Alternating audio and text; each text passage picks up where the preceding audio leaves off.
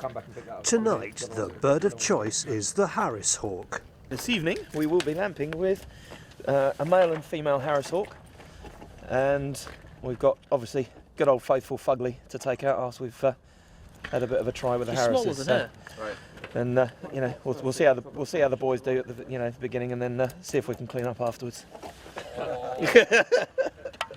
Two birds, one rifle, a lamp, 4 blokes and the cameraman are all squeezing in or onto Roy's Argo cat. Of course, it's always good to keep on top of the rabbit population, but more important at this time of year is fox control. Lambing is imminent. Roy has recently cleaned his rifle, so he needs to check zero before he tries to make an impression on the fox population in this corner of East Sussex. Yeah, why have you got to re-zero it?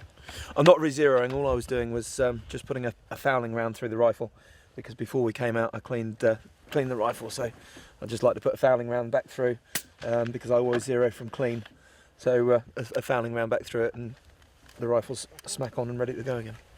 So it's just to make sure that it's there and we're ready to rumble. The rabbits aren't as prevalent as they have been, but then Ian has his first slip of the evening and it's a cracker. He charges off as quickly as his little legs will carry him to make sure the rabbit is dispatched as fast as possible. Yeah, that was quite a long flight for the lamp. The further they go, the less light they have. So he done quite well to stay in the light there. But like I say, he did hit the back end of the rabbit, which makes things a hell of a lot difficult for a male Harris hawk. They find it difficult to switch up to the head during the night time. As the lamp goes further away, the more difficult it is for them to do so. But he's flying like an absolute demon at the moment. Bless him. He's only a youngster as well, so give him a small reward, and we'll try and get another one a bit later on. Any luck? And he can do so many flights. Doesn't look as if you can do that many flights, because you look shattered. Did you see that? I really was running hard, because what's happened is he's bent his hallux on his right foot, which is the main back talon.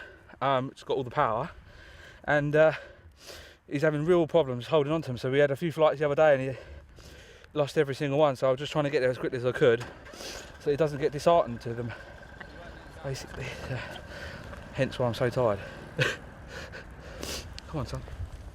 With all that lamplight, it wasn't going to be long before a pair of foxy eyes shine out of the darkness. This fox is certainly keen, and the call keeps his attention. Yet another superb shot by Roy. It's a good-sized dog fox. On closer inspection, he would have been eating his food pureed and through a straw soon, as his mouth is in a terrible state. You can see here, I mean, he's not an overly young fox. I mean, he's not ancient, but you can see there's a fair bit of wear on his canines. Lost the tips there. He's obviously had a mouth ulcer as well in there. Something's gone wrong in there, and he's lost a few teeth. So he's a good age fox.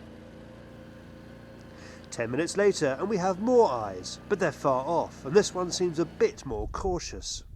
Roy tries the call and then takes his chance, and it really is an awesome shot. Eventually we find him. Everyone had an opinion where he dropped. This one's also in a bad way, with a really nasty gash on his flank. I mean, no, something's grazed it. Yeah. It's grazed all the skin off it. Yeah, quite a recent wound as well. Yeah. It could even be no, it's not dog bite-ish, is it? No, I don't think so. It doesn't look like it's got tears. It just looks like it's been... It doesn't seem to have any punctures or anything, you know, if it was a dog. Very odd.